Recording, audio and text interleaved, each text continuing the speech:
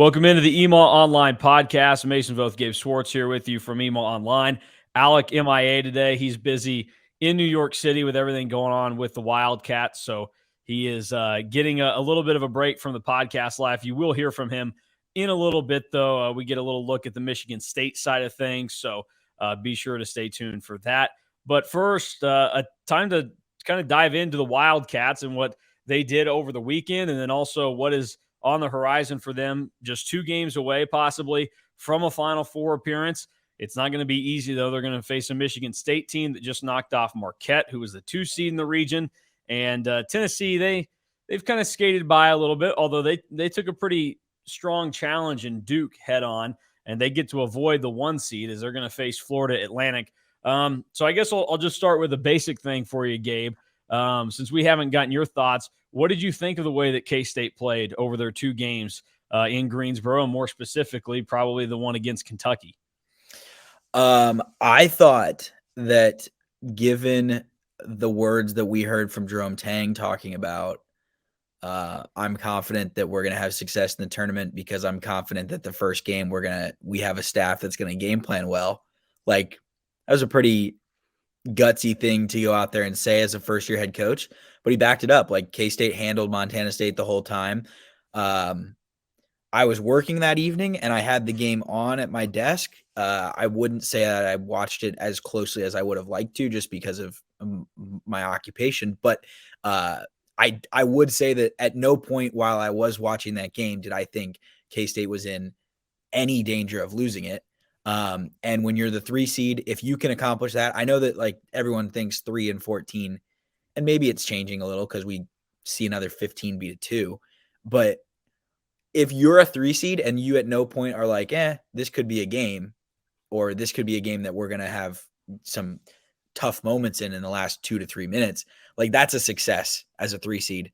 It's especially a success as a 3 seed when you haven't been to the tournament in multiple years and you're under a first-year head coach coaching his first tournament game. So I thought, like, all things considered, grading relative to scale for K-State, Friday night was like an A+.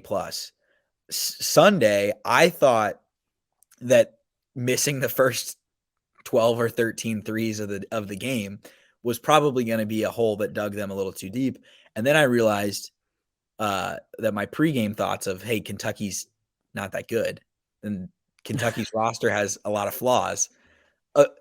Eventually, that kind of just played itself out because they stayed around for a while.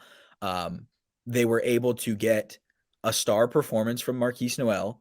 They were able to get a good enough performance as a running mate by Keontae Johnson. And part of that was because Naquan Tomlin showed up like an elite third man. And Desi Sills played a great role. Ish hits a huge shot. Gassan was about as perfect as he can be in his role, and played to a T. If you got 5 fouls, use them. Like, he used his 5 fouls about as effectively as possible, even though I think 1 or 2 of them was a little ticky-tack. And, like, again, if I would grade relative to scale, like, aside from just missing wide open threes early in the game, I thought K-State played a really phenomenal basketball game. I thought that Jerome Tang's rotation was great, and I'm probably going too long on this, and we can dive into different stuff as we go. But, like, I thought Jerome Tang ran circles around Cal, and, like, Cal was hitting different buttons and just curiously went to a lineup that he went to a 5-man lineup late in the first half, I believe, or early second half, when K-State made one of its crazy runs. Mm-hmm. And Kentucky was playing 5 guys who had played 1 singular minute together the entire season. So the fact that Calipari was hitting these different buttons and trying weird stuff showed you just how, like, in disarray his team was, whether that's injuries, his roster having some flaws, all those types of things, whatever. Tang found his rotation, knew it wasn't a Bay game, knew it wasn't a Tyke Green game, and just rode his 6 guys, rode his 7th guy with Masood, and having Ish out there in a big moment, and it pays off. So, like, absolutely knock it out of the park. Perfect first weekend for K-State, and then the bracket does itself some favors, and now you're looking at wearing white jerseys all weekend in New York if things go well. Yeah, you're right. They did find out rather quickly that it wasn't going to be a Bebe game. He got in there, went down the floor twice, and something didn't go his way offensively. And then they go back to the other end, and he allows the entrance pass to Shibwe get far too low. Shibwe is like standing inside the cylinder, and he just kind of bodies Bebe and gets an and one dunk. And that was done. That was it for Bebe. So he didn't get his chance. Tyke Green did get a couple minutes there. I think just to try and for a stretch, be a little bit more physical and bounce some guys around. I think the scary thing for Calipari is that K-State went on their run to take the lead going into halftime without hitting a three and with Marquise Noel only having 4 points in the first half. The other thing, Noel only dished out. He ended up dishing out 9 assists for the game. But Kentucky really struggled to turn him over as well, which we knew that was kind of a big deal for them. And that's what we saw. Marquise Noel was pretty good with his turnover situation there. But then they come out and Jerome Tang did a nice job of getting K-State in a position where they could get some more of the switches that gave Noel an advantage to shoot. I mean, that was the thing on the first three that he knocks down was so big time. And I don't know, part of this might be a flaw in Case and Wallace defending, but Wallace and Shibwe are over there with Noel, who leaks to the corner. And Tomlin is just far enough away on the wing to where Wallace has made kind of the switch. And so Shibwe is going to have to take Noel. And Wallace, he drifts with Naquan because he's scared that he's either going to take a three, which Naquan's been better about lately, or drive past him and get to the basket, because that's the kind of game Naquan was having. He was 4 of 6 and had 8 points in the first half and was really good. So he gets far enough away, and the second that Noel recognizes that Shibwe is the only guy that can play defense on him, he takes that little step back, drills it from the corner, and that's kind of the start of where things started to look up for K-State. So, I mean, they just – everything that they did in the game, they were able to find a way to just do it better than Kentucky and kind of battle through. And, you know, one of the other, I think, underrated parts of this is you talk about Gasson using those 5 fouls. Gasson was this was easily his best game of the year. Like offensively, you're not going to see it in the scoring, but he came out there. The word that Alec has used is soft for David Gasson. He had some moments where maybe he could have been a little bit stronger, but for the most part, he tried to match every bit of physicality he could. He played hard. And then he also made some key plays on the play that ultimately ends up with Keontae Johnson hitting the dagger 3 that puts K-State up 5 with like a minute left. They get an offensive rebound because Gasson is the guy that taps it back out and does a great job. And then the other thing to point out, you talk about Jerome Tang. If you watch the play that Ish hits the go-ahead 3 on, the second Noel gets to midcourt, Tang is just the entire possession pointing to the spot that he wants Ish to get the ball out. Like, he is pointing over here like, look, this is what's going to happen. Marquise Noel picks it up because then he directs David Gasson to get him in the right spot to get the screen set. And it's a thing of beauty for K-State. It's a shot that just as easily could have missed, but it was drawn up perfectly. And I think it also goes to show just how much confidence they have in some of these ancillary pieces that at times we don't have the most confidence in. But they believed in Ish Massoud that he could handle it, and by golly, he did. So just a very impressive performance all around to handle Kentucky, even when they went on their run to get up 8 points in the second half. I think I looked at Alec at that point, and I just was like, it's over, whatever, you know. But K-State proved me wrong. They got back into it, and they took control there, and they didn't back down. And Jerome Tang got a lot of angry Kentucky fans over this, but he was absolutely right. Like, K-State did have more dudes than Kentucky on Sunday. It doesn't mean that K-State has more better players overall, but on Sunday, K-State's players played better, harder, and tougher, and that equates to being a dude, and K-State did have more of those guys on Sunday afternoon. Yeah, I mean, if you're going like matchup by matchup, sure, Oscar wins his matchup. Yeah. I think Oscar's a freaking travel and bully ball merchant. Yes. And if he was, I understand he's a super hard player to officiate, but if he was officiated correctly, his numbers would look a little more like the guy that played at West Virginia at the start of his career. But Jacob Toppin got outplayed by David Gasson. which is just insane to think of. Naquan like did his part, but if you're going like dudes ratio, Marquise Noel was the dude the entire second half. And then the only other dude on Kentucky that showed up other than Sheboy was Cason Wallace. And he was 9 for 11. But Antonio Reeves was like -3 dudes out there for them because he was basically every jump shot from him was a pass to a K-State guy. And that worked out pretty well for them. But I thought the second half, with the way that Marquise operated in the pick and roll, was as close to NBA style as I've seen from a college player in a relatively long time, where between Marquise and between what Tang was doing, and like you're pointing out, knowing exactly where he wanted Ish to spot up from, it was very NBA like, in that when you watch playoff games in the NBA, oftentimes it literally just becomes pick and roll with whoever you want to make a play, asking for the guy on their offensive team who's being guarded by the guy they would most like to be guarded by, coming in a screen, and then you get a matchup you want and you just attack it. And Marquise did that over and over and over again. And like, credit to Jerome Tang for not being like, oh, we got to run this and we got to run this, and we got to run this, and we got to do all these different things. Sometimes you just have the answer and you should just spam. Like, sometimes the Scantron is just 5 straight A's. And like, that was what K-State did on Sunday, and it worked. And like, sometimes basketball is just a simple game, and you've got a guy like Marquise Noel doing that, and it just works. And it worked on Sunday. Yeah, I mean, they got what they needed, and the encouraging part is that K-State did not shoot it well at all in Greensboro.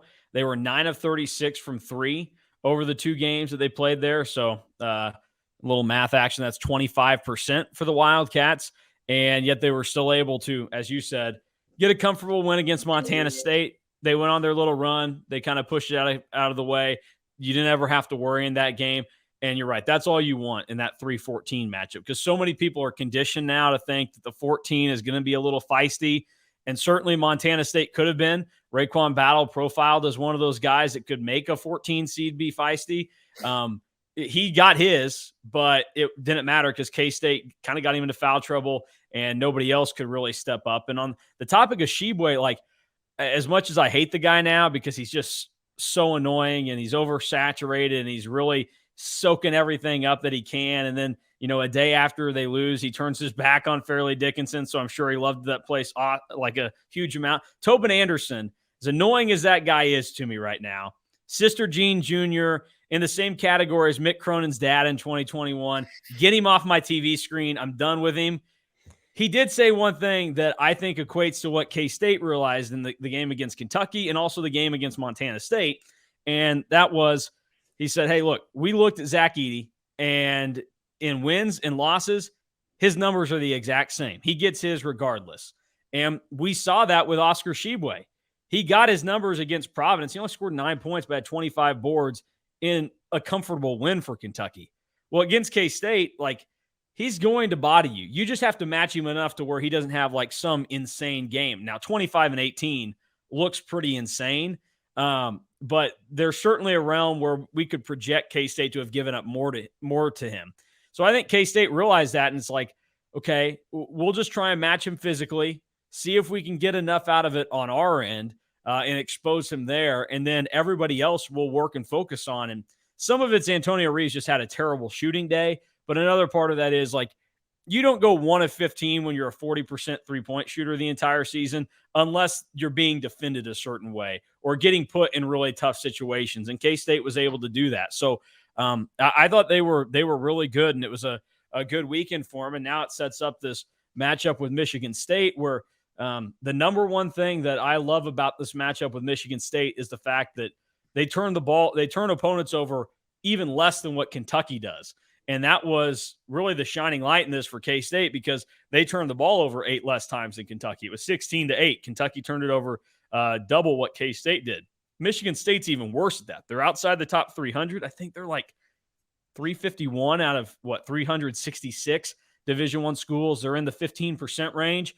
I love that for K-State because as we saw on Sunday against Kentucky, if you give them the opportunity to stay calm and let Marquise Noel handle the ball and run an offense or run some kind of set, K-State has the guys that are absolutely executing on that right now. So that's one of the main reasons why I'm so confident in what they can do against Michigan State and why I think what we saw this past weekend translates to weekend number 2. What are some of the things that stick out to you about K-State that you think that they can carry forward from taking down Kentucky and Montana State, or some of the things that maybe were anomalies and you don't expect to happen again against Michigan State or in a possible Elite Eight game with somebody? Well, I mean, certainly the turnover situation that you're mentioning, because Kentucky turnover percentage defensively, they turned teams over at the 271st best ranking in the nation. Michigan State is 338th, and that's out of, I believe, 355 Division I teams, if I have that number correctly. So like Michigan State is significantly worse at doing the thing that K-State does. So in that sense, not that K-State has to worry less about it, because I still think it is largely is K-State locked in or not thing on whether they turn the ball over a ton or not. I think it is very controlled by them and just the way that they play. I mean, Marquise Noel is out there throwing no-look dishes. He's out there throwing behind-the-back dishes, stuff like that during games. But that should be better for them. I also just think that K-State should be able to rebound the ball better defensively, because like the thing about Kentucky that scared you so much is that they were the number 1 offensive rebounding team in the country. Yeah. And Michigan State doesn't rebound their misses very well. They're 219th in the country in offensive rebound percentage. So Matty Sissoko, Malik Hall, Joey Hauser, like none of them are taller than 6'9". So Naquan Tomlin will be the tallest guy on the court. None of them are particularly like thick, I guess, or guys that are extremely hard to box out, I would say.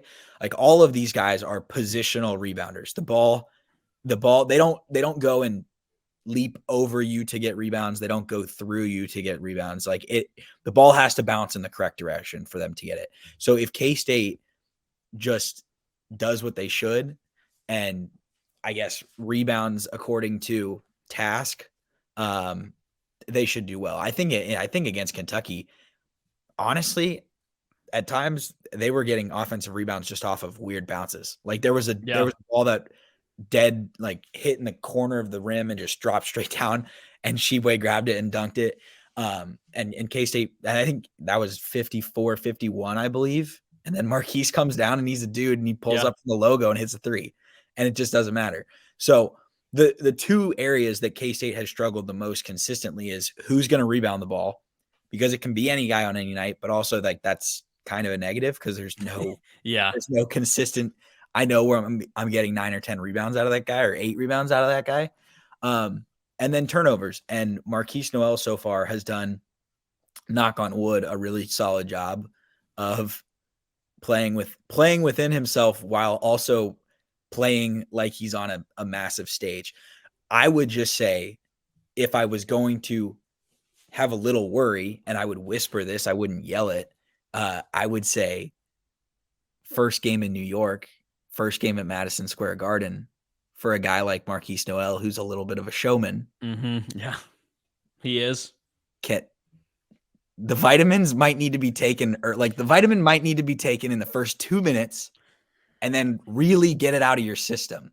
Because if it comes on a crucial possession, mid first half, as Michigan State's on a 7-0 run, that's where you get into that situation where I was worried on Sunday, because Kentucky had one of those kill shot 10-0 runs that Evan Miyakawa calls it.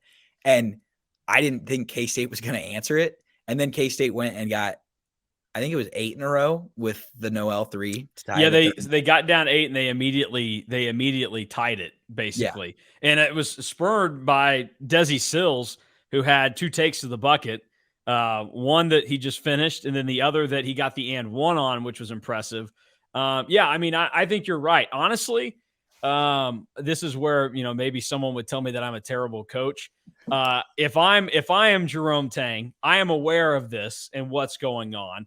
And I say to myself, okay, I know what ingredients I have here. What am I going to make? And what I would make is, if you win that tip, you got to be smart about it. Just analyze where Michigan State is and how they're handling this. Let Marquise Noel get it out of the way early. Let Marquise Noel get the ball and a couple steps past half court, just hoist one, because either he gets it out of his system, or it goes in and Michigan State is going, oh shit, what do we get ourselves into? The Cats are fired up, and that also immediately gets all those people that have zero attachment to the 4 schools that are in that building locked in, like, hell yeah, I want Kansas State to be the team that wins. Like, this is what I'm getting. Like, all of the Mason Voths in attendance would be like, yeah, this is the team I want to ride with, not old man Izzo over there and griping about everything else. Like, yeah. So that's how I would approach it. Let Marquise Noel get it out of his system early. And I was going to ask you about this. Like, this team has 4 dudes that are from New York on the roster. Obviously, it's a big deal. One, because they were getting hounded with questions about it, not just after beating Kentucky, where they had already secured going to Madison Square Garden. TV people were asking these questions after the win against Montana State, just so you could ask them, just so you had that story ready to go if they did lose to Kentucky. Like, it was one of those deals where it's been talked about relentlessly. And so the 2 number 1 storylines that K-State is just going to be continuously hounded with until they're done this year: Marquise Noel, plus the 3 other guys going back to New York, and the Keontae Johnson story. Obviously, they've dealt with the Keontae story all year, so they've been able to manage that. They know what's going on there. But the story of Marquise in New York, it's not just now this, story. It's actually going to manifest and happen. And so I am a little bit concerned about how it's going. But I think we saw that if they can do what they did against Kentucky, and when they got down, like, that's a big stage. A lot of dudes that hadn't played in the NCAA tournament, and you're playing a team that they're not like a number 1 seed type Kentucky, but that jersey still said Kentucky on it. You're in a very pro Kentucky crowd situation. And that's a moment that I worried about. Maybe, will this team be able to handle it? But they stepped up to the plate and they did that. So I have some confidence that they'll be able to do it. And the other thing is, too, I think this coaching staff and this team is so over the top engaged with the little things, or like social media and stuff like that, that if this is going to be a distraction for them going to New York, they're probably better equipped for it than other teams, because I think this team creates their own distractions. Like, and that's not me saying it's a bad thing, but Jareem Dowling is on Instagram 24/7. Jerome Tang at 3:30 in the morning is on Twitter saying 1-0, what's next? Like, these guys are uber aware of everything that's going on. They are aware of these different things that could be distractions, and they've handled it just fine. And so I've got confidence that they can show up and get it done. And at the end of the day, the one thing that we know that Marquise Noel wants more than to play in Madison Square Garden is just to continue proving people wrong and playing good basketball. And I think we saw him be able to lock in, and to this point, the 2 most important games of the season for K-State in the NCAA tournament. And he very easily could have bought all the way into, yep, I'm the dude. This is my moment. I got to do it. And instead of buying into it and playing that way, he just went out and did it. I refer to this sometimes. It gets a good laugh out of people because they're like, what are you talking about? I coined this phrase on my radio show in Wichita. I refer to it as PMS. Maybe I've talked about it on here before, but PMS is Patrick Mahomes syndrome. And what we all know is that Patrick Mahomes is the best quarterback in the NFL. Very easily could end up being the most talented quarterback that we've ever seen play in the NFL. And he makes some crazy good plays. He is a winner. He obviously helps the Chiefs get to new levels that they've never been to. But there are occasionally times where it's okay to admit that Patrick Mahomes, instead of just going out and playing football, tries too hard to be Patrick Mahomes, and it does cost him. It does cost the Chiefs in some ways. And so I could easily see Marquise Noel falling into that trap of having a little PMS going on, a little Patrick Mahomes syndrome. But he didn't do that in Greensboro. Like, he took some shots that are the equivalent of that, but you can make those plays still without doing it in a way that's detrimental to your team. Like, Marquise Noel took those shots and made some of those passes in that game because it was what needed to be done. It was the smart play in that moment, and he can do it. It wasn't just him where we saw in various games this year where he did take shots to take them out of it. He took shots on the road at Texas Tech or some other places where he's just taking them to take them, and it's a bad idea. He's pressing too hard. He didn't press in any of these games in Greensboro. He just said, I got to do what I got to do. And if it wasn't to take those big threes against Kentucky, he would have easily have passed the ball and done it. And we saw him do that as well. So I'm not too worried about that for this team. Now, that could all change when we tip off tomorrow and Marquise Noel is like chucking up every shot and he has his Antonio Reeves game and goes 1 of 15 or whatever. But I think that this team, believe it or not, can handle it, despite the fact that there would be some reasons to believe with their personalities that they wouldn't be able to. But I think this team, I mean, it's cliche. Everybody probably says it, but I really do think this team is much more worried about the winning side of it. And they understand that you can do a lot more of the fun things after a win. So you might as well go out and win as opposed to just having fun in the moment and hoping that a win comes with it, if any of that makes sense. Yeah. Yeah. I think I came to the realization that a certain part of me believes that some of Marquise's turnover problems is him overpassing. Like, yes, there was at least one of the turnovers against Kentucky was just him getting up in the air. Probably should have gone for a layup because nobody contested him and he expected a contest. And so he instead threw the ball to, I believe it was Gassan, who was leaping in the air for a potential offensive rebound putback. And instead the ball like went off of him. And it might have been Bebe if there was a turnover on Bebe on the one possession he was in there. I don't remember exactly, but I do remember there being a thought of like, hey, probably should have shot that ball. But I think that all originates from a place of Marquise Noel genuinely wanting other people to succeed. And like, he gets a ton of joy out of setting others up for success.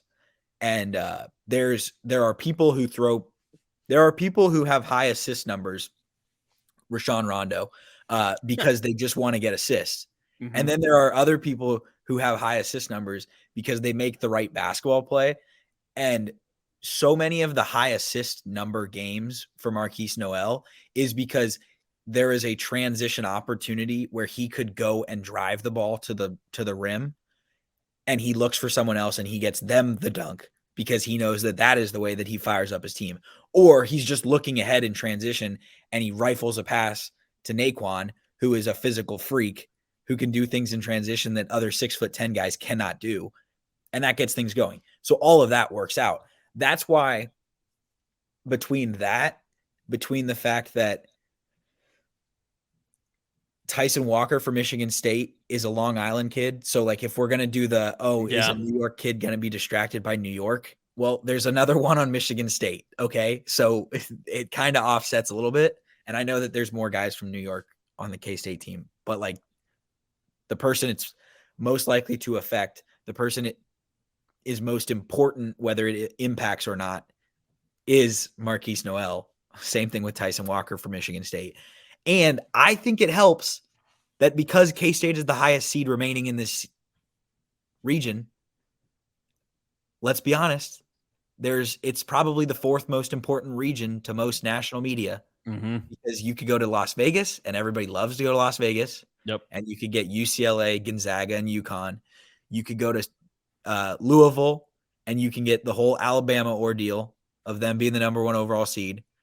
Or you can go to Kansas City and you can get Houston, which is making, and like CBS made the decision. CBS sent Jim Nantz to Kansas City. So, you think CBS made the decision or Jim Nantz made the decision? Well, but my point being, if you look down the crews and like know, if I don't know yes. if you look down the broadcast crews and you look at where they put this one and K-State, Michigan State being the first game of the weekend, like they're saying, yes, inadvertently or not, that this is the least media special one being. And that doesn't make much sense because it is New York, and you would think like, oh, the New York media doesn't care about Michigan State and K-State. So like this will be a pretty, and I saw the amount of people in the locker room today. It was still a pretty hyper local scene for K-State, which I think is a super positive thing for this K-State team. And you mentioned it, like these guys create a little bit of distraction for themselves. Dream Dowling added Coach Cal on Twitter, and that led to Coach Cal feeling apologizing to call Marquise Noel and apologize. So like, it's fine. I'm totally not worried by that. I'm totally more worried about, will Jerome Tang figure out how to outcoach Tom Izzo? Will he be able to exploit matchups? Because I think there are matchup advantages. And will K-State, it's a make or miss league. It's a make or miss sport. Are they going to make shots? Like Michigan State can make shots from deep. So you could just run into a hot shooting MSU team and you could be screwed. But you could also it's not like K-State has shot the lights out in game 1 or game 2. So, and if you go down the list of games this season, I can only personally think of 2 games in which I was like, you know what? That was a night where K-State shot the ball so well, they could not have lost to anybody. And it's at Texas and at Baylor. Well, in a season where you've played, what are they at? 25-9. So 36 games. In a season where you've played 36 games, if you've only had 2 nights where you've had we made everything, we couldn't possibly lose games. And maybe like, am I forgetting another game? Not that I can think of. Not that there's not one that really stands out to me like they shot it. And I'm trying to think if there's any other that would maybe register as that. But no, I don't think so. If you've only had 2 of those in 36 tries, you're due. Like you're due for one of those games. Well, and that's one of those deals too, where if you look around, like they've weathered some really good shooting games from teams and still found a way to win. Like, I get we're all off Baylor now and we kind of realized what was going to happen to them. But Baylor shot 40% from 3. They were 11 of 28 in that game in Manhattan. That K-State controlled the second half and won comfortably by 10 points in the end. Like K-State has even been able to withstand games like that. Or, the game for Kentucky, like Kentucky didn't shoot it well, so that's not what I'm saying. But Kentucky out-rebounded them 44-25, and K-State still found a way to win that game. So they've been able to make up for it in certain areas and get the job done. And I think you're right. Like, I went on a Michigan State podcast this morning, and the guy was kind of setting up the stage. He's like, it's just kind of this thing. Like Michigan State people feel like there's always some unheralded guy that steps up and just like out of nowhere goes off against us. And he listed the 2 guys that had really good games for USC and Marquette against them that you wouldn't have expected. And he was like, who is that guy for you? I was like, well, like there are 2 candidates here. Like it's either Cam Carter, who had 17 against Texas and was knocking down his threes in Austin this year, or I said, he's important and he's good either way on the floor. But if you get scoring out of him, like K-State's going to win. I was like, Desi Stills had 24 against Kansas. He's not come close to sniffing that at any other point this year. Like both of those guys are kind of due for a game like that. Now, unfortunately, I thought for Desi it would be against Montana State when my parlay came a leg shy, and it was because he didn't score more than 9.5 points. He airballed too many rebounds either. He airballed too many threes there. But I think you're right. I think K-State is probably due for that at some point. I guess it would be better if you could just delay it and find ways to win games until then. But I'm not going to complain if they go out and shoot the ball lights out against Michigan State tomorrow because they need it. Michigan State shooting 40% is a big deal from 3. I mean, Michigan State would be the best 3-point shooting team in the Big 12 with that number. Baylor was 37%. And then this past week, Kentucky would have been the second best 3-point shooting team in the Big 12. So even though K-State has got good percentages on defense against the three, the Big 12 isn't a great 3-point shooting league. And my eye test has said all year that K-State doesn't defend the 3-point line very well. So that's the number one thing that worries me about Michigan State. But K-State can match up with them anywhere else. And it just comes down to what we talked about so many times from mid-January on. K-State's going on to the floor tomorrow night against Michigan State with the two best players on the floor. And they are two guys that play incredibly well with each other. Like, they play complementary basketball. Their styles mesh very well. And then the fact that Naquan Tomlin put together, I thought, back-to-back very solid games for them in the NCAA tournament is a big deal. And I'm hoping that some people may not get the pop culture reference, but I'm hoping that against Kentucky, that was David Gassan's Gordon Pibb moment, you know?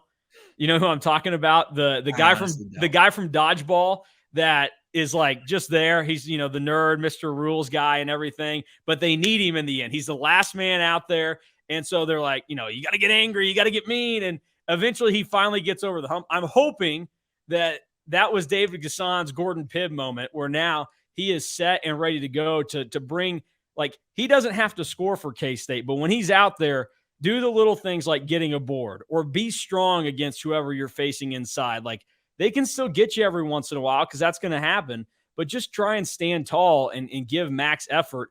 And that's what Gassan did. So I'm hopeful that's what we see out of K-State on Thursday. Yeah. I think that the thing that honestly worries me the most would be tempo. Like, we've talked about the fact that K-State sometimes speeds itself up too much. I don't think that K-State can speed itself up too much against Michigan State, but I do think that Michigan State can make the game so slow because they're below 300th in tempo that if Michigan State plays a slow game and Michigan State shoots the ball well from three, your margin for error gets a lot slimmer. Yeah. And in a lower possession game, then taking care of the ball matters even more because you just can't if there's only going to be 68 possessions in the game as opposed to 74, the difference between 8 and 11 turnovers is massive. Like, yeah. So crucial. I was just looking at Michigan State's team statistics just because I was curious about their free throw shooting because K-State sometimes can get foul happy, and they do shoot the ball 75% from the free throw line. So you don't want to trail them late because Malik Hall will make his free throws. Joey Hauser will make his free throws as big guys. And then their guards, Tyson Walker makes them. Jaden Akins makes them. Hogard makes them for the most part. I mean, the only time that these guys have not made free throws was at Iowa. And that was like an all-time. Yeah. So that tempo is the one variable that gives me a little bit of pause because, like, I know Michigan State is favored, but Michigan State's recipe for winning this game is to play this game like they are the lower seeded team, play this game like they are trying to pull an upset and make your threes, overperform in a high variance outcome of 3-point shooting, and then slow the game down and just make it less possessions. Because the more that talent wins out, and this is crazy to be saying about Kansas State, K-State going against Michigan State, but like the more that talent wins out, the better it is for K-State. Because if it just becomes a whose stars show up, I'm always betting on Keontae Johnson and Marquise Noel over Tyson Walker and Joey Hauser. Like, if you just tell me the stars are going to show up, I feel great about K-State's chances on Thursday night. Yeah, I think I totally agree with that. And I think the nice thing about Keontae Johnson, there are times where he looks like he disengages in moments, but we've also seen this year he has the ability to have a brutal game or start to it and find a way to make an impact still, whether it's a bad first half or a great second half. Like we saw against Nebraska, that was the first time we saw it this year. He started off really slow. It was ugly in that game. And the initial thought is, all right, we're going to see them in a game where Keontae Johnson doesn't have it. Let's see how it goes. And then he went on a tear to end the first half, and he was awesome in the game. And then against Kentucky, it's a similar situation where he really struggled in the game. Didn't, hit some of the shots he normally does. Wasn't very good percentage-wise. But when they needed him most, he hits that big-time three at the end of the game to kind of seal it and force Kentucky to have to foul. So, I'm with you on it. I think K-State is in a good position here. One of the other things that to me kind of stands out about how this game is going to have to play out for K-State, I will be interested to see. Again, we've mentioned it a few times, but like Gasson and Tomlin, I think had their best games of the year against Kentucky. I've been asking for it all year, but like Naquan Tomlin has something finally clicked and fallen into place to where I'm not expecting him to be, nuts every game. But if he can go out there and give them something legitimate and respectable on a game-by-game basis, like I'm ready to see if that's something that he's going to bring to the table where he's been in double figures in both NCAA tournament games. And he just seems to be playing a little bit better. He even avoided foul trouble. He only had 3 of them against Kentucky. So I'm excited to see what Naquan Tomlin does because I feel pretty good about where Marquise Noel and Keontae Johnson are right now and everything. Real quick, I want to show you. A play here. Let me pull this up. I want to get your reaction to a certain play right here. This is from the game on Sunday. Tell me what you think after we watch this, and then I'll describe it to the people that are at home listening to this. So there you go. Livingston drives, misses the bucket. Desi gets the rebound, kicks it out to Marquise, comes down the left side of the floor. Desi cutting hard. Man slips for Kentucky. And Desi, God bless him for what he tried there in that moment. But I don't think a dunk was ever going to happen, and the refs bailed him out with a foul call. When you saw that play, what thought went through your head? As K-State was down 6 there, 12 minutes into the game, and if he doesn't get a foul call, K-State could be in a very different position. I respected it. I respected it so much because it is it takes guts to take the ball to the cup like that. It takes a lot of guts to take the ball to the cup like that in a game where a guy named Oscar Sheboy is playing, and it takes a lot of guts to take the ball to the rim like that when the offense is not going well. But also, like, the counterpoint to that is what did you want him to do? Pull up from 3 when they were like 0 for 9 at that point? I don't know. Maybe just not go as hard as he did. I think that's the one thing to me that I was a little bit impressed by. But let's just, I do respect him for doing it. And honestly, like, that's why Desi is so good for K-State and what's made him better. He's playing much smarter than he was earlier in the year. And stuff like this, if you're not going to be able to shoot it, because we know that K-State doesn't have any other guards that can really shoot it like Marquise Noel can, then you need to be able to do stuff like this. And number one, he's shown he can finish at the rim. Like he's kind of the and one king. He can be acrobatic in the air with it. Mm-hmm. And I'd like to issue a retraction. I'm realizing now that Oscar Sheboy wasn't on the floor now, which actually makes it a more a smarter basketball play. I will just counter though with saying, Desi, use your right hand. You got body contact. You're taking a foul from Damian Collins. Lay it in. I don't know. I've come to really love the way that Desi plays, and like we made a lot of jokes early on in the season about, oh, he's a winner. I don't know what to say about Desi. He's just a winner, but like he does just make winning plays. He like does. Most of the time when he scores, it is him taking advantage of a team getting back on defense slowly in transition, or it is him being a really good cutter. Yeah. And beating a defender backdoor or something and just being on the receiving end. Or defensively blocking the absolute heck out of somebody. Yes. Like he goes 100%, 100% of the time. And that is honestly something like when I talk about the game that David Gasson had, like it felt like for the most part, I won't say it was 100% like Desi, but I feel like David Gasson gave 90% of the time in the game against Kentucky. And if you get that out of him and other guys on this team that don't normally have a specific role, that's really good for K-State.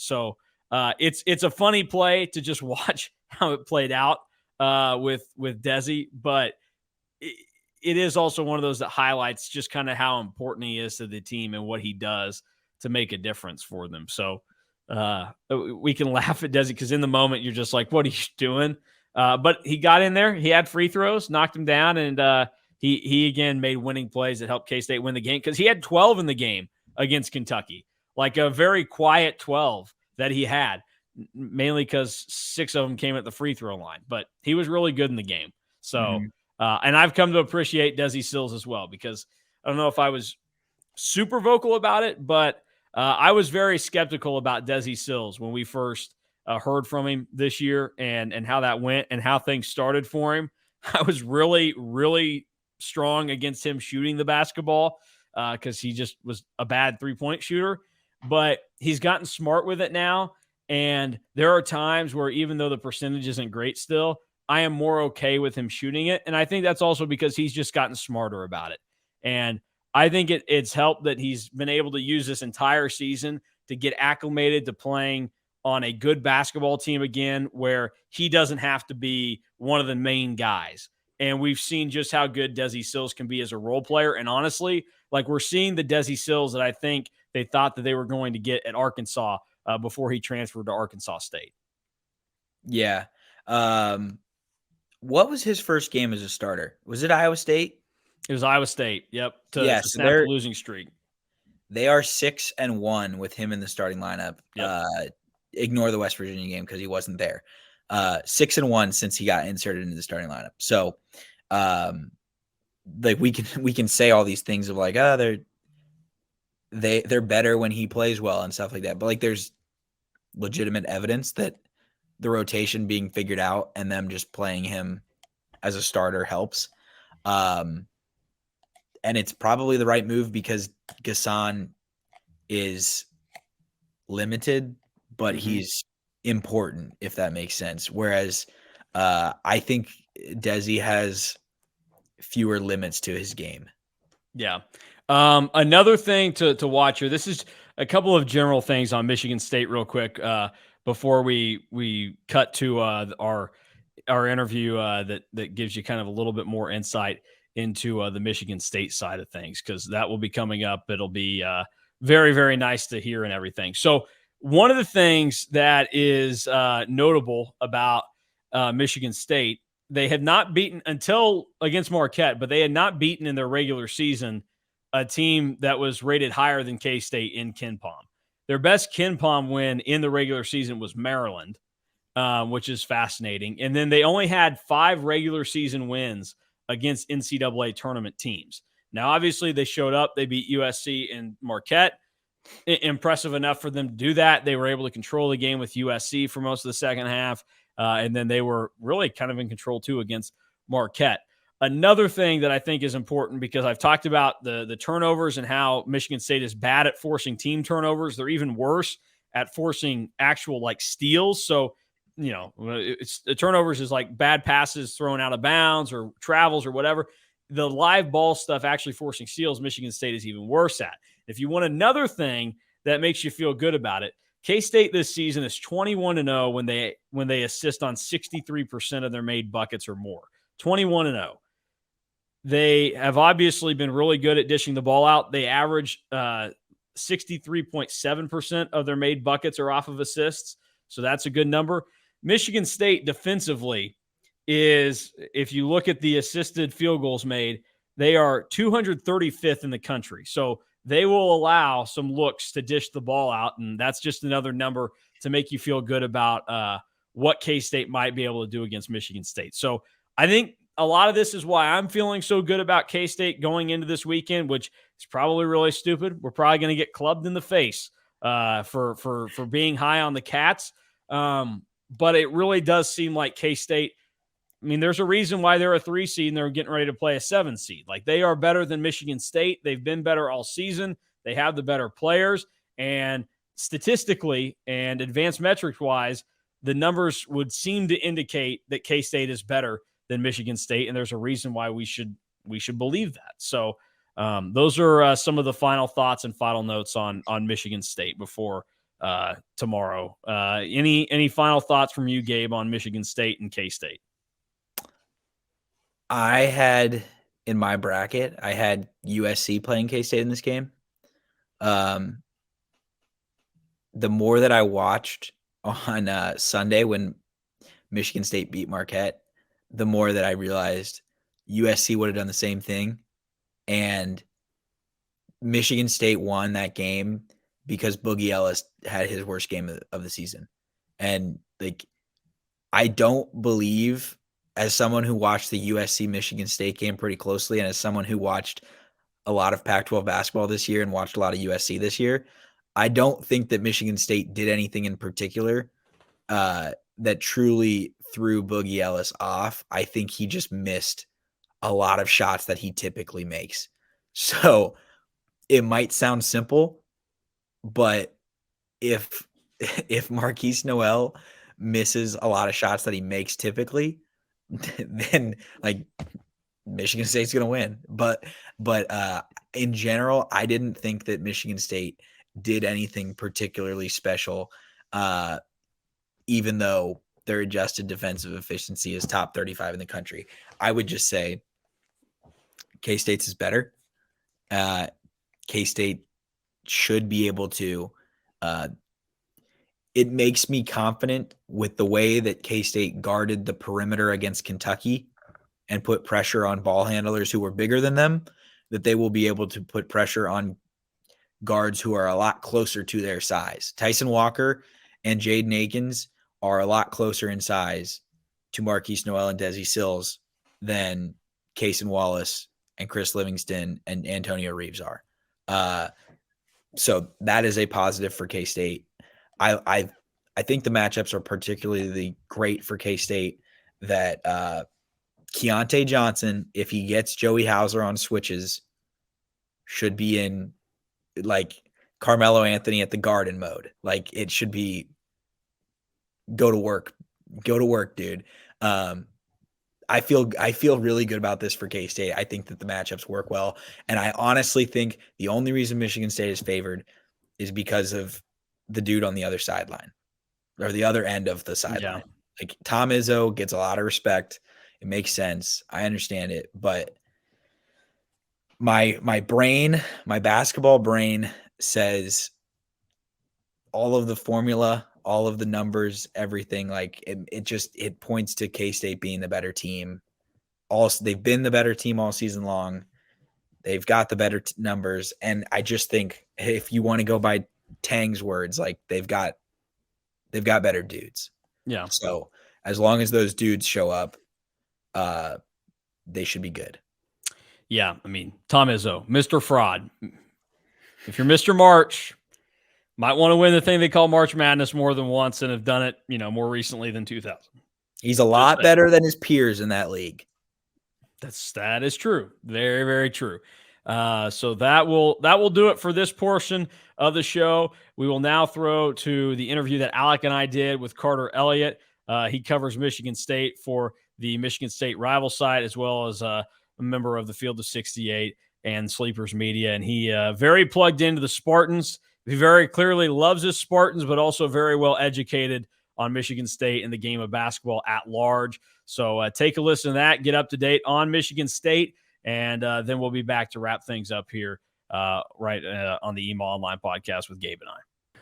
All right, we now welcome on Carter Elliott. He is from our Michigan State Rivals site, but he also does some contributing work for the Field of 68 and Sleepers Media, which is something I'm a huge fan of. does good work with Greg Waddell over there, G Wizzy on Twitter. But Carter, thanks for coming on. We appreciate it. How you doing this morning? Thanks for having me. I'm already nerves are already setting in for Thursday. It's Tuesday right now, so that I'm within that point where I start to get real nervous for this game. But I'm excited to talk about it. Thanks for having me on, guys. So I guess the first question I've got for you, Michigan State comes into the NCAA tournament, not maybe expected to make it to the Sweet 16, and then Tom Izzo does the Tom Izzo thing, the Mr. March thing that a lot of people maybe expected him to do, and makes a run to the Sweet 16 by upsetting Marquette and beating USC in the round of 64. Can you just kind of take me into what you think really led to Sparty making another run to the Sweet 16? Well, I mean, a big part of that credit, I think, goes to Tom Izzo. And I don't mean this in a bad way at all, but as far as like Michigan State teams and like talent wise, this is not Tom Izzo's like most talented team by any means. I mean, when you look at a lot of draft boards and things like that, there's no NBA players on this team. There's no first team all Big Ten guys on this team. It's just a group of guys who kind of really embody what Izzo is trying to like get across. And then he's got guys that are old. That guys want to hoop. Tyson Walker is a guy who's become a go-to guy for us. And people kind of the team has really embodied what Coach Izzo's kind of been about. And I think we've also taken advantage of, I think you guys know, like the NCAA tournament, as much as people don't want to say, sometimes it's about draw. And at least for me, when I was looking at this draw, like it looked pretty good for us. I mean, Purdue was the 1 seed in our region. Obviously, we saw what happened to them. You guys were able to take care of Kentucky, a typical blue blood team. And, we faced a team in Shaka Smart with how as good as Shaka has been. The last time before they beat Vermont, the last time Shaka Smart won a tournament game was years and years and years ago. So, sometimes it's about draw, but at the same time, you got to be able to show up and hoop. And, we had guys that even if we're not making shots, we're making enough plays down the stretch and getting enough stops to win basketball games, which is, good to see. Looking at Michigan State, one of the things that worries me from a standpoint of having seen what we saw from K-State this year is how good Michigan State has shot it from three. K-State only saw one team in the Big 12 that shot over 35% this season. Kentucky would have been the second best three-point shooting team in the Big 12 this year. They got kind of lucky. Antonio Reeves just decided to miss everything on Sunday. What's kind of the style and philosophy that comes with Michigan State deciding to take the three? Like, what are we looking at volume-wise? How quick are they to pull the trigger? Stuff like that kind of gives, I guess, a better look into how K-State should be prepared to defend Michigan State from beyond the three-point line. Yeah, so as a team, Michigan State's not the most athletic. They're not the tallest and, got the measurables and things like that. So we struggle as a team, like at the rim. Like we struggle at the rim. Tyson Walker's probably our best finisher at the rim, and he's the smallest, guy on our team. So we got to find another ways to get shots up. And a lot of times those shots are 3-pointers. So we do a really good job of running great half-court sets to get open shots and get penetration, using pick and rolls to get shots for guys.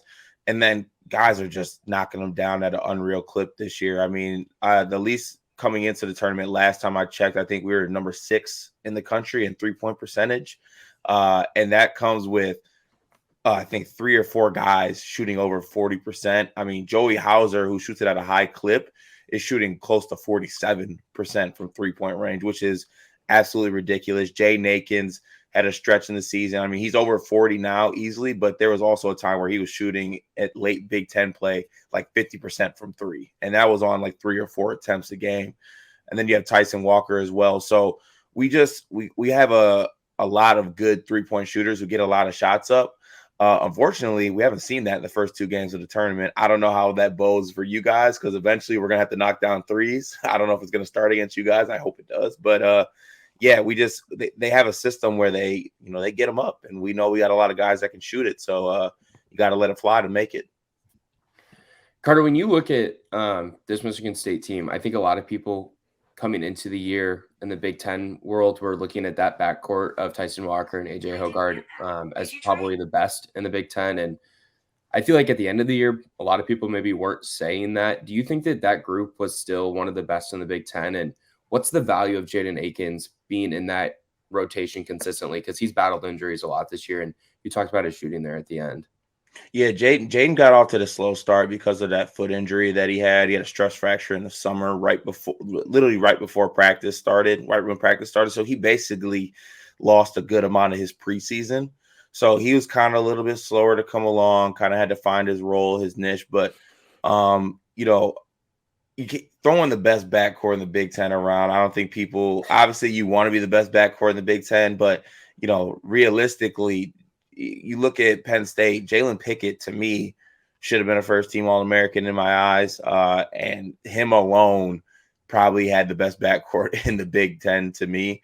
And then you got the upcoming of Boo Buie and Chase Audige and the revolution that took place at Northwestern, which is crazy to me. So there was a lot of good backcourts, honestly, in the Big Ten that I didn't really see having that great of a year.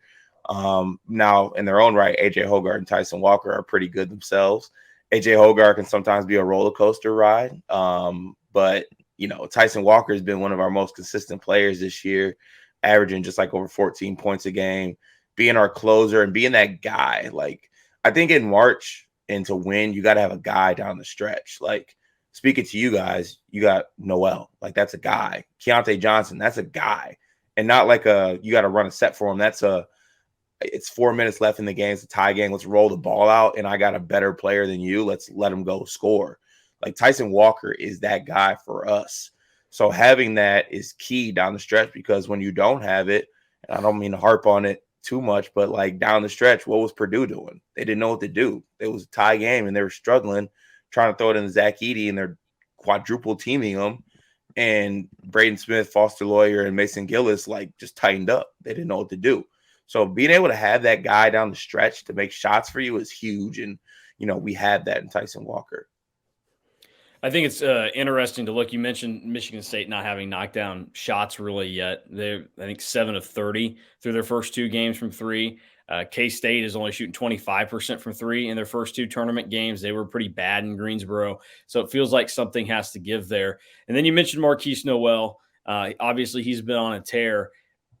And what spurred this was you talking about Jalen Pickett. Obviously, Jalen Pickett has quite the size advantage on Marquise Noel, but style of play-wise, they're going to be fairly similar, where they're going to shoot the ball from anywhere. They're going to dish out the ball like crazy. How has Michigan State fared defensively this year against a guy like Jalen Pickett or some of the other what you would classify as top-tier guards in the Big Ten? Yeah, Jalen Pickett's kind of in a class of his own just because he's like 6'6". He's like 6'6", and he plays the term that Coach Underwood said at Big Ten Media Day was booty ball, where he just backs you down and literally backs you down all the way down to the middle. If you're going to come, he kicks out for a 3. If you don't, he's going to lay it up.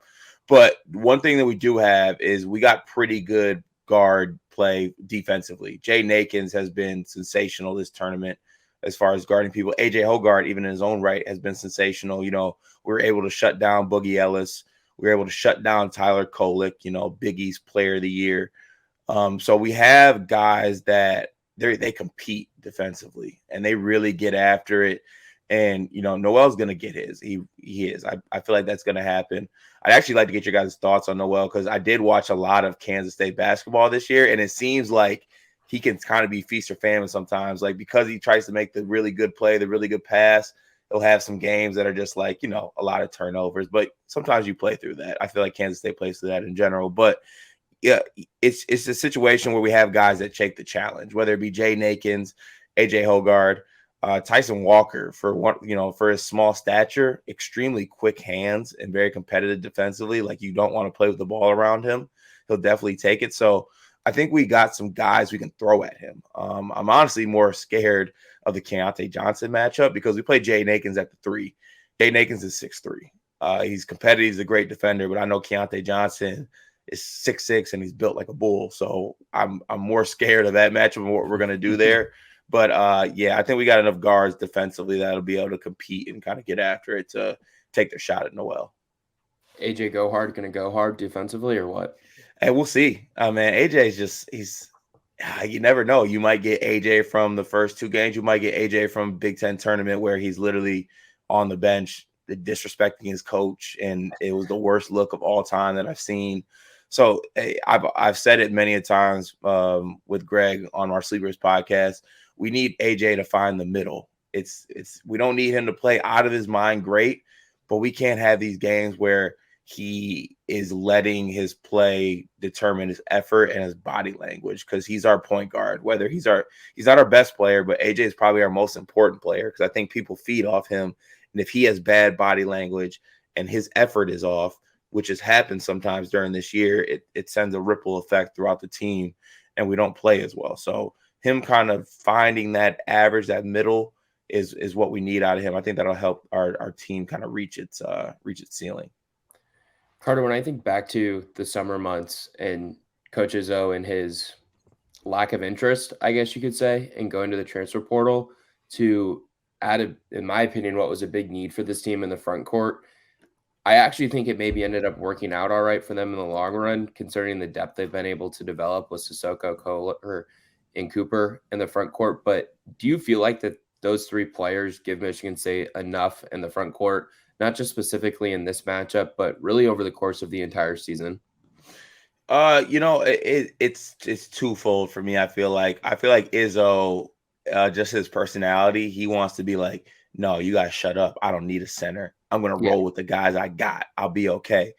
And that's worked out to this point, and that's good. But also, I still think it's fair to say you add a center, a starting caliber center to this team. Like, I think Madi's played great, but I would love to have Madi in a bench role. Like, in a normal year, for as good as Carson Cooper has been in some minutes, like showing energy and stuff like that, Carson Cooper wouldn't play, really. I think it'd be more so like maybe even a red shirt. I think he even talked about having a red shirt coming into this year. But obviously, Madi's made some big plays. He's made enough plays. Madi's also killed us at times during this year. So it's more of a situation where he's developed and it's worked out up until this point. But at the same time, you want to picture maybe like, what would this team look like if we had one of those centers that came out of the portal? Like, what if they had a Jahani Broome? What if they had a Manny Bates, Jalen Thomas? I'm just spitting some centers here. I mean, damn, even in I would have took Ryan Young from Northwestern. Like, having maybe more of a starting caliber type center probably would have raised the team, because we don't have one post player right now that we can throw it into to go get a bucket. Like, we can throw it in Jackson Kohler, but I don't think he's necessarily ready. He's able to get some buckets, but at the same time, he's a 6'8" freshman center. Like, it's a different level of basketball at this point. So it would be nice to have a post presence we can throw it into, but at the same time, Coach Izzo is going to do what he wants to do and get it done. And, he got us to the Sweet 16, so I'm not going to complain. One thing that I kind of think about here, you talk about Sissoko and what his role maybe should be versus what it has to be. K-State has a lot of players that are like that. Really, after you get past Keontae Johnson and Marquise Noel, the next 6 or 7 guys that are going to see action, you're more than likely not going to get anything out of them. So you're just crossing your fingers that today's the day that they decide to kind of be able to knock down some shots. Obviously, Ish Massoud did that, hit the big one against Kentucky. How many guys on Michigan State's roster, for you personally, when they go into the game, are you like, I don't like this? Or maybe they're starters that have to be out there where you're just very, very skeptical? Because I want to get a gauge of where both teams sit for being this far into the tournament now, Sweet 16, for having guys on your roster that have to play serious minutes that most people probably are still very unsure of, and you're not going to get anything out of, really. Yeah. So right now we have, I would say, 4 guys that every single game are pretty consistent in getting their numbers. You got Hogard, you got Akins, Tyson Walker, Joey Hauser. Tyson Walker and Joey Hauser being the 2 most consistent players out of those 2. Jaden Akins can kind of waver a little bit. Hogard can kind of waver a little bit, but every single game I can count on Tyson Walker and Joey Hauser getting theirs, playing their role, and playing consistently. Outside of that, it gets a little more sketchy, like you like to say. Like, we don't know what we're going to get from Madi every game. Like, we're not sure if he's going to catch the ball. We're not sure if he's going to be able to, finish and do things. As of late, Malik Hall is a wild card. Since he's came back from injury, I just still don't think he's completely healthy. He just doesn't look the same. He's got a little bit of a hitch in his jumper, just seems indecisive at times. And he's just not the player that I've seen him when he's had runs these past couple years. He's always struggled to find consistency in his game, but I truly think that he's not 100% healthy this year. So who knows what happens if we do get we haven't really got a Malik Hall game, like, that game in a while. But I truly think it's because he's not healthy. So outside of those two to three guys, basically the backcourt and then Joey Hauser, it's really a toss-up on what we're going to get. Like us getting 8 points and 10 rebounds on Amadi last game definitely struck me by surprise, and him getting those blocks also struck me by surprise. So it was a welcomed addition to the team for sure. You talked about Malik Hall there. To me, he's kind of been the biggest X factor for this Michigan State program. I think you can even say the last couple of years expected him to take a jump, and then he unfortunately deals with some injury issues. But earlier you said this is a team that doesn't have a lot of athleticism. He's someone who does have it, and I think he's someone who could potentially be a good matchup for Keontae Johnson, given his size, given his experience at the college level and experience in the NCAA tournament for that matter. Where's he at health-wise? I know you said that you don't think he's 100% healthy, but he's been playing through stuff for most of the season at this point, and he's really important to them because he gives them kind of a matchup issue as someone at 6'8", 6'7", 220, 230 pounds. That's pretty thick, kind of built like Keontae Johnson that can step out and shoot it a little bit, can defend a couple positions on the defensive side. Yeah, I mean, on paper, like when I was going through the matchups and I was like, who do we want to put on Keontae Johnson? I was like, Akins and them, they're good, but they're way too small. Like he's going to be able to expose them. Malik Hall would be that player that we would put on him. I think that he would be able to match him physically and athletically. But the thing is, and I can't confirm this, this is all just me watching, and I've watched a lot of Malik Hall in his career, and he just doesn't look right to me. Like it just seems like something's bothering him. Maybe it's whether he can't get back in a rhythm. And what he would give us defensively, unfortunately, offensively as of late, he hasn't been able to really give us much. He's kind of been indecisive. He's over dribbling at times. He's a really good player when he just decides like, okay, I catch it on the wing, I'm gonna shoot the three. If I'm not shooting the three, I got 2 to 3 dribbles to make my move, get to the hoop. Anything out of 2 and 3 dribbles, it's usually leading to a bad shot or a turnover. So it's honestly, it's going to be big for Malik to step up this game. I don't know how he's going to get the opportunity or what's it going to look like. I know Coach Izzo trusts him, but the only good thing we got going for us is that over Malik Hall's career, he has a knack of having 2 to 3 bad games and then having one game where you're like, why was this guy not an all Big Ten player like all 4 years? So will that game come? Who knows? We'll see. But like last game against Marquette, he had 2 good moves early on, and then after that, a lot of over dribbling, a lot of overthinking on shots. The 3-pointer just didn't look that great. Looked like it had a hitch. So, we really got to take a game by game and see what happens with Malik. But him stepping up in this game will be huge defensively, of course, because I think, like you said, having him on Keontae Johnson will be like the only physical kind of matchup we can get. Last question for me. If Tom Izzo is Mr. March, how come he hasn't won the NCAA tournament since 2000? Well, I mean, you gotta have a certain amount of things go your way. You gotta have a certain amount of things go your way. Draw is important. Mr. March has gone 23 years without things going his way. Yeah, you've never really. He's Mr. March, not Mr. Championship. You just got to win some games in March. I mean, but if you call something March Madness and somebody is Mr. March, you'd think he'd win it a little bit more. Yeah, true. I definitely. But it's not easy to make it to Final Fours. He went to the Final Four in 2019. Yeah, but other than that, he's not made it out of the first week in 5 of the last 6 years. That's true. Hey, we had a couple of down years. We're back. Has Kansas State ever been to a Final Four? They've been to 4 of them, just not since like the 60s. Oh, all right. And they've been in the Final Four since everyone on this call has been alive. But nobody calls K-State, Team March or whatever. That's true. I think the Mr. March stigma though thing is like just you don't want to see Tom Izzo and March necessarily. Like this isn't his best team. Yet we're in the Sweet 16. Like he's like Jim Bailey. Yeah. It's like you just don't want to see that guy in. Oh, don't say Jim Boeheim around me. Good Lord. Syracuse ruined one of the most talented state teams of all time, and it still kills me to this day. And oh God, I don't even want to think about it. But the Mr. Marsh thing, it's funny because I have this thing with like Michigan State's fan base that I go back and forth on because we'll lose during the regular season, and I'll be upset, and I'll be upset with us losing games.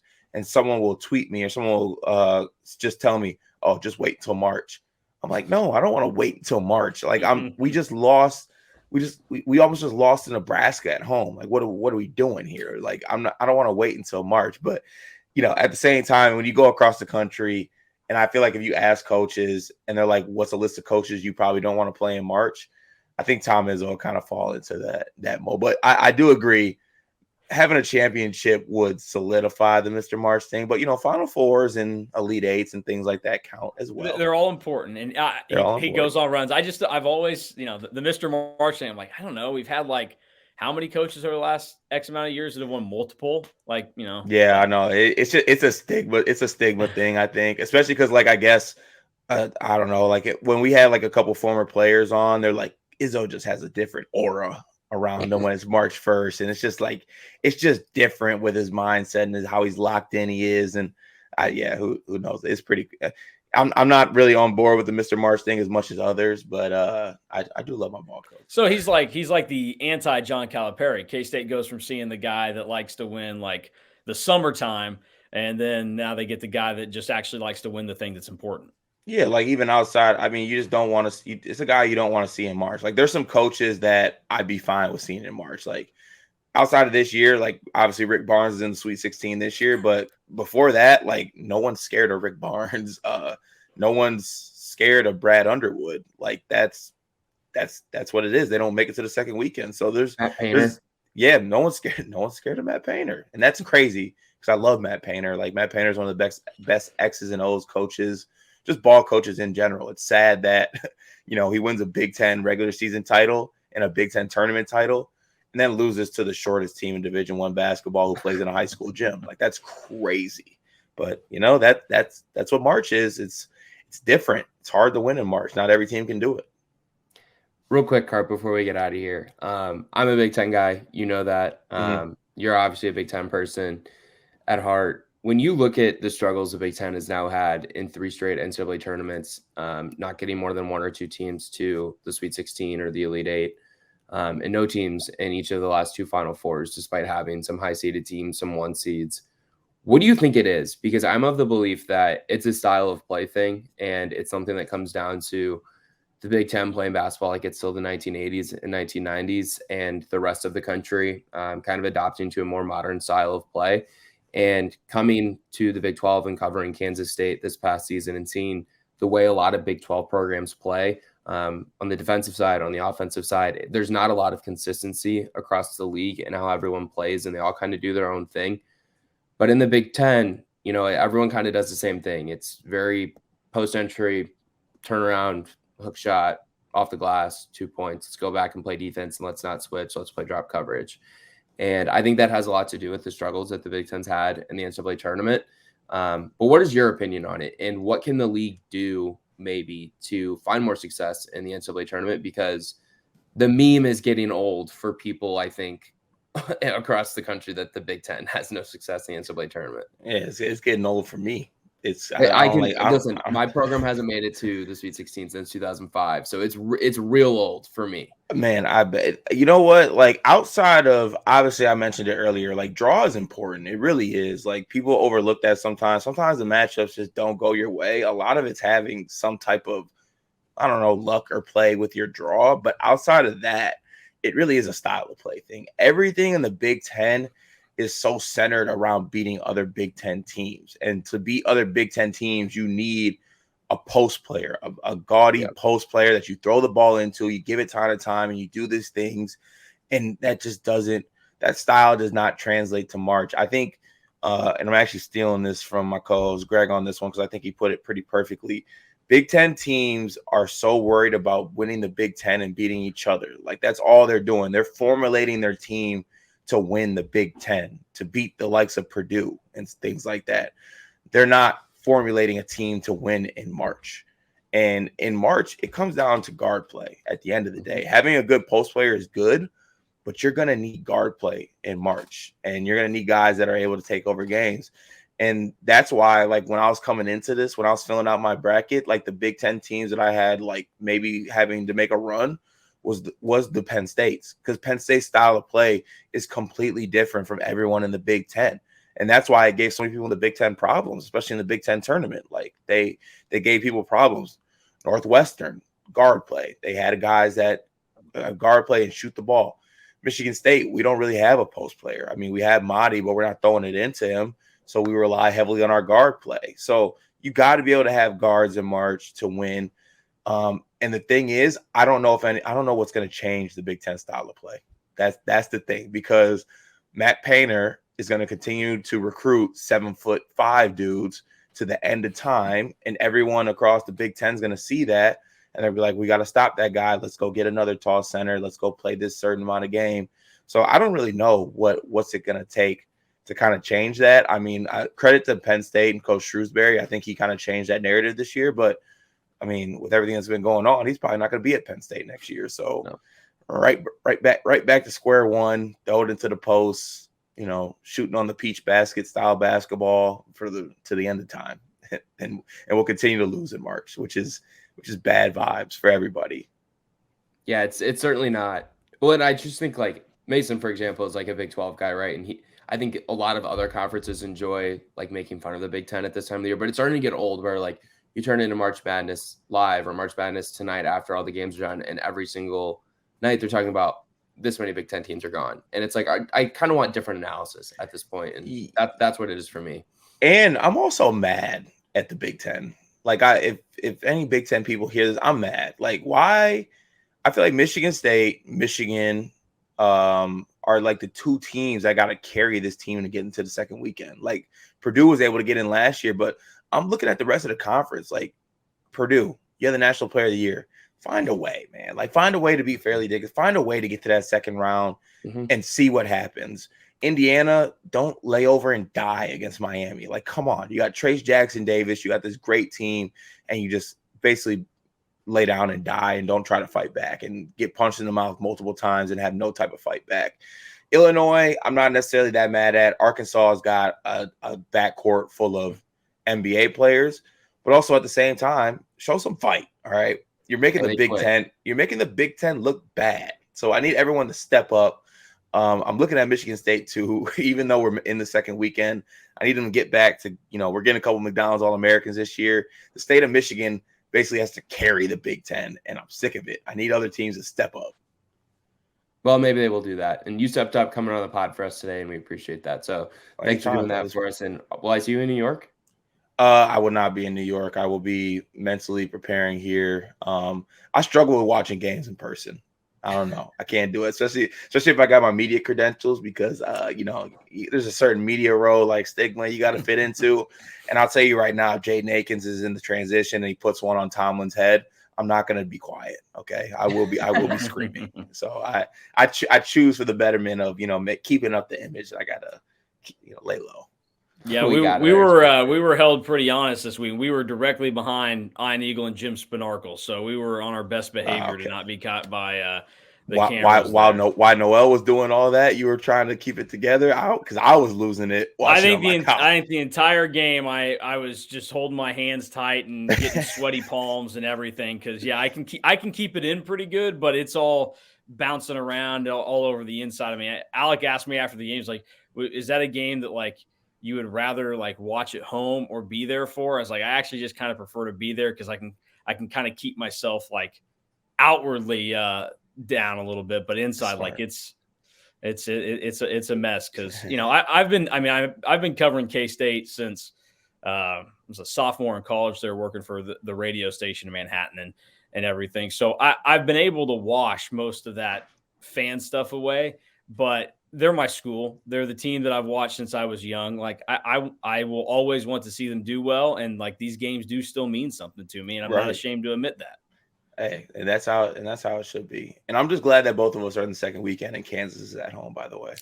Kansas, Iowa State, Missouri, the three schools that I think we might hate the most in Manhattan are all sitting on their couch having to watch K-State in the Sweet 16.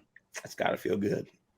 Absolutely. When we'll get you a Michael Beasley jersey to throw back there. You need a little Beasley cat scratch behind you. Oh, Michael Beasley probably. It's between Beasley and Jacob Pullen, but it's one of those two. Yeah. Honestly, it might be Keontae Johnson. Now, if you guys want to send me any K-State gear, please do. Those light purple like zip up things. Top five gear in college basketball this year. You and Alex's mom both want those. Man, those things are fire. I got a text from my mom in the Big 12 tournament. Where do I get one of those purple jumpsuits the players are wearing on the bench? I was like, go to Nike's website, send her a link. She was like, no, I don't want to pay for it.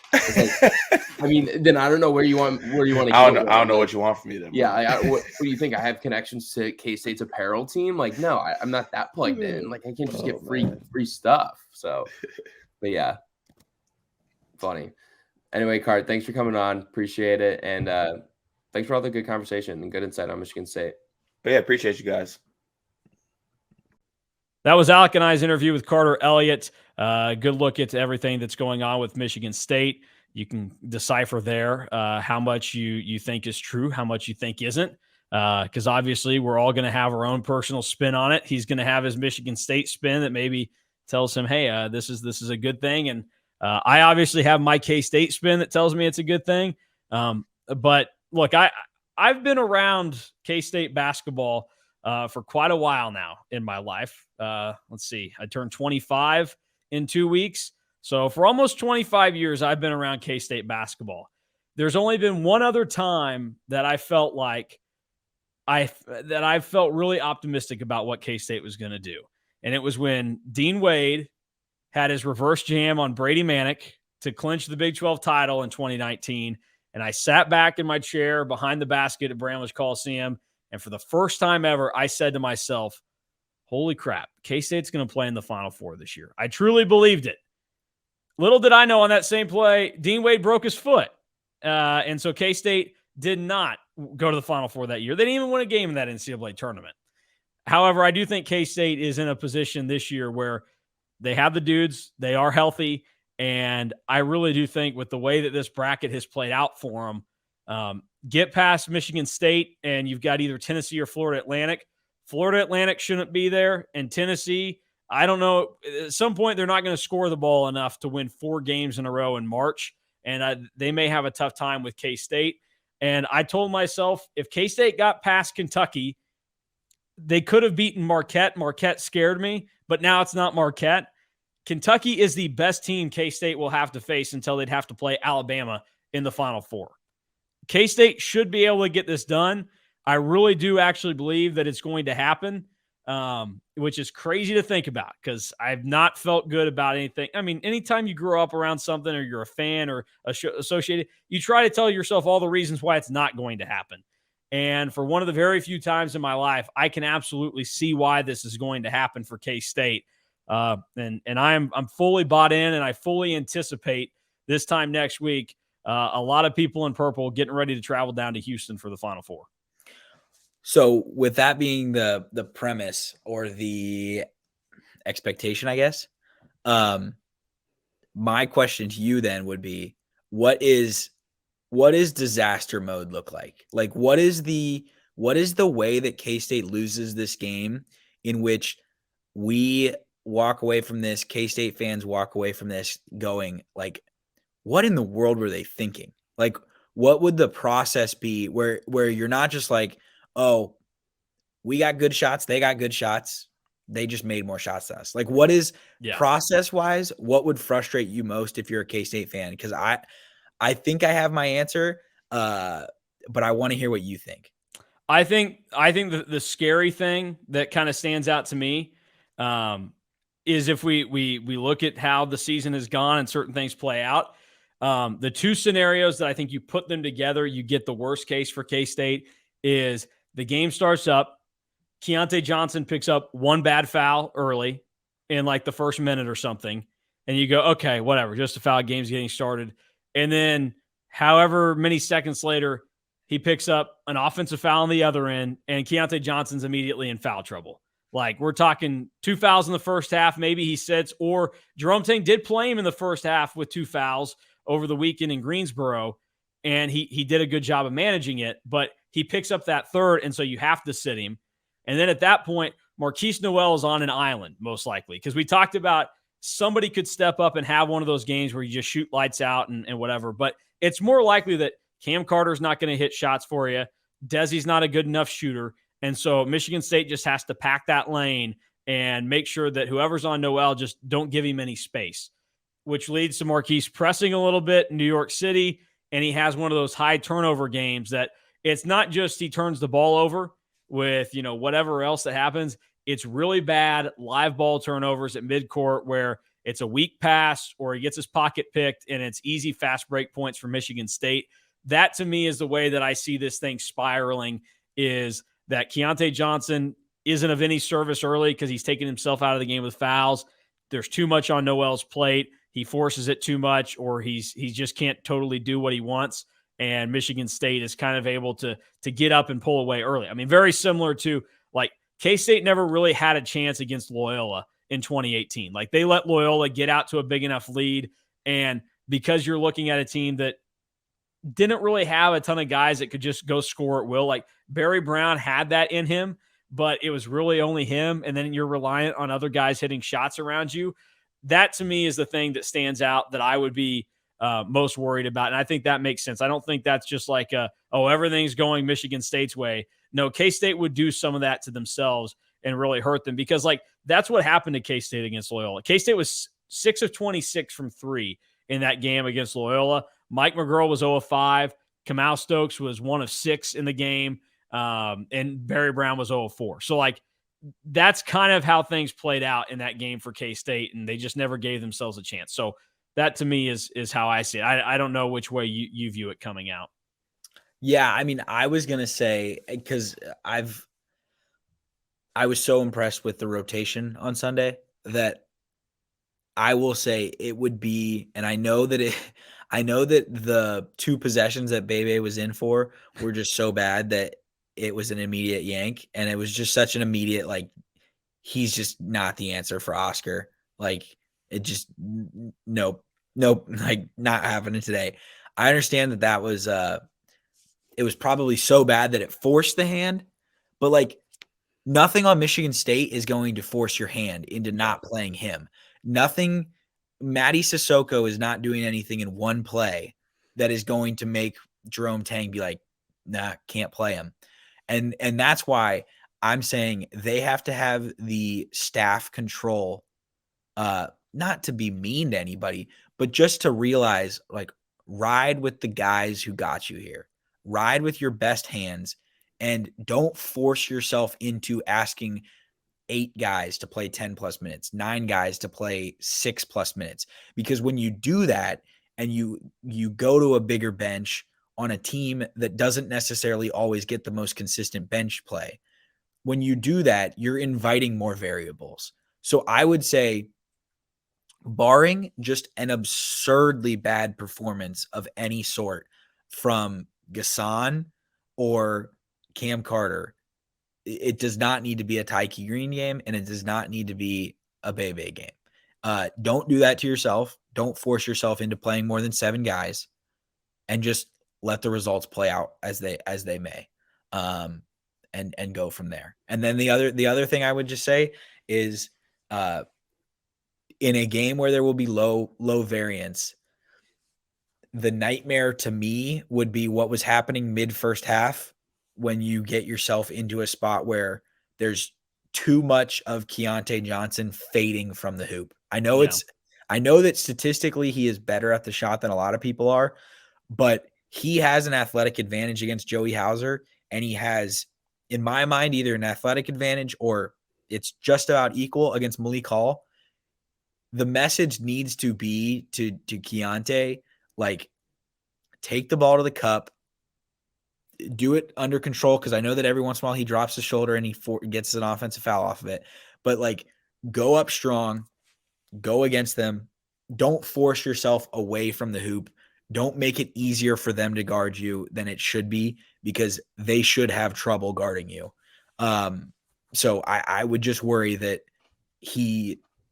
I would worry about way too much settling for okay shots and not hunting great shots, if that makes sense. Yeah, no, I totally agree with that. I will be disappointed, and it may be a bad sign. I think at one point tomorrow night, you should, if you're a K-State fan, you should want to see and need to see one of those plays where Keontae is able to get past the guy on the baseline and just kind of slide and kind of glide to the basket and have one of the dunks where he's on either side of the rim and just easily flushes it. But it was kind of that moment where you go, you're just more athletic than that guy. You're a more skilled basketball player. You got by him. You finish with ease. You get down, you go to the other floor and play defense. Like, I think that we should see something like that at some point in the game tomorrow for K-State. And if that doesn't happen at least once with a guy like Keontae, I would be a little bit concerned that Michigan State's getting to dictate the game a little too much. I also think that all the things that K-State's going to face here, they're so fortunate to have a guy that was, even though he wasn't a head coach, a guy that was an assistant coach for as long as he was, to have seen everything you need to see in the NCAA tournament. Like Jerome Tang at Baylor, not only is it that he saw it on that bench with Scott Drew, but he was there long enough and got to such a high position and was so well thought of. Like, he had decision-making power in these games for Baylor. It wasn't just him sitting there and being the yes man, Orlando Antigua style for Coach Cal. I think that, like, that's beneficial to where he can keep these guys ready for whatever's coming their way. And I think we saw that against Kentucky. Like, I talked about how bad Kentucky was at forcing turnovers. And at one point early in the game, K-State had turned the ball over on 20% of their possessions, which was close to 5 points higher than what Kentucky had done the entire season. So they just needed to settle down, get a reset, and Jerome Tang didn't try to overcoach the game, I don't think. I think he handled it well, and I think going into this game, like, he's not going to be worried about facing Izzo, and he's not going to be worried about anything that his team faces. And I think that's something that we see with some of these coaches, that they get into a situation where they were an assistant, but not for very long. And then they immediately got the job, or they are one of these, younger head coaches that they're still trying to figure things out. Like Texas Tech, I think, is going to be a team that it's tough for me to see them, doing much whenever they hire a new coach. Cause we're just gonna have to see who it is, but like, what's the experience level going to be like? Jerome Tang has seen it all in the NCAA tournament. He's seen losing to Yale, who was a double-digit seed in the first round, not Georgia rebounding State. the basketball, Georgia State. But he's also seen beating Gonzaga, who, had they won that game, we would be calling one of the best college basketball teams of all time. But instead, it's his Baylor team that got it done. So I think that having him is a benefit, and it's so totally different than any of the regular first-year head coaches that you see. I think he's so much better equipped to handle it than others. And I think that's what, like, you talked about Michigan State being the favorite just because Izzo's on their sideline. Jerome Tang has been great this season when he's needed to draw something up. And he is coached at a very, very high level in those situations. And I expect him to be able to match a lot of what Michigan State brings to the intangible side of the game tomorrow. I don't think that it's going to be rocket science needed to win. And I think that the guy who literally just said we got dudes, and our dudes were better than their dudes on Sunday. That's the message from him. I would expect Michigan State to get into the X's and O's. I would expect that Michigan State, if you're going matchup wise, is going to guard Naquan with Matty Sissoko. I would expect that they're going to guard I would think that if Ish is in the game, or if Gassan is in the game, that those two guys are getting guarded by Joey Hauser. And I think it'll be Malik Hall and Keontae for the most part. So Marquise ball screens with Gassan should be an absolute must, because especially if Tyson Walker is guarding Marquise, I don't think Tyson Walker is a particularly special defender. If you get ball screens with Gassan and Hauser involved, you are going to either get roll opportunities with Gassan where he's getting a switch on Tyson Walker and he's getting a good look at the rim, or you're going to, off of that, force Sissoko to help, which creates opportunities for one of the scariest things that is on this K-State offense, which is Naquan catching the ball in the corner, pump faking a three, and driving baseline for jams. Like that can happen multiple times. If you get the switch, Marquise on Joey Hauser is a mismatch of epic proportions from a foot speed perspective. And like he should take advantage of that a lot. So I don't know. I keep going through this in my brain. And just between that and the fact that you mentioned, like, Michigan State didn't beat a ton of high level tournament teams this year, and Marquette was their best win by far. My basketball brain just keeps computing a K-State win. And weird stuff can happen. It is March. Izzo had a full week to prepare, but I picked it in the pick and preview. I think K-State wins. I do too. So we will see if that ends up being the outcome. Since Alec is the only one in New York, I will be live on the Emo Online YouTube Thursday night after the game ends, win or lose. It's just going to be better for everybody if it's after a win, because I've done a lot of talking and manifesting of K-State winning this game. Because I'll just tell you right now, this is how I see it playing out. I think K-State wins. I have them 77-71 tomorrow against Michigan State. Close game. The margin gets up there because K-State gets fouled in the end, whatever. Marquise Noel is able to ice it. He's just fantastic at the free throw line. And then I think regardless of who they play, I think it's one of those Elite Eight games where it's not even close. I don't think they have to I think they blow out whoever they play, whether it's Florida Atlantic or Tennessee. I will put it in the pick and preview if they play in the Elite Eight.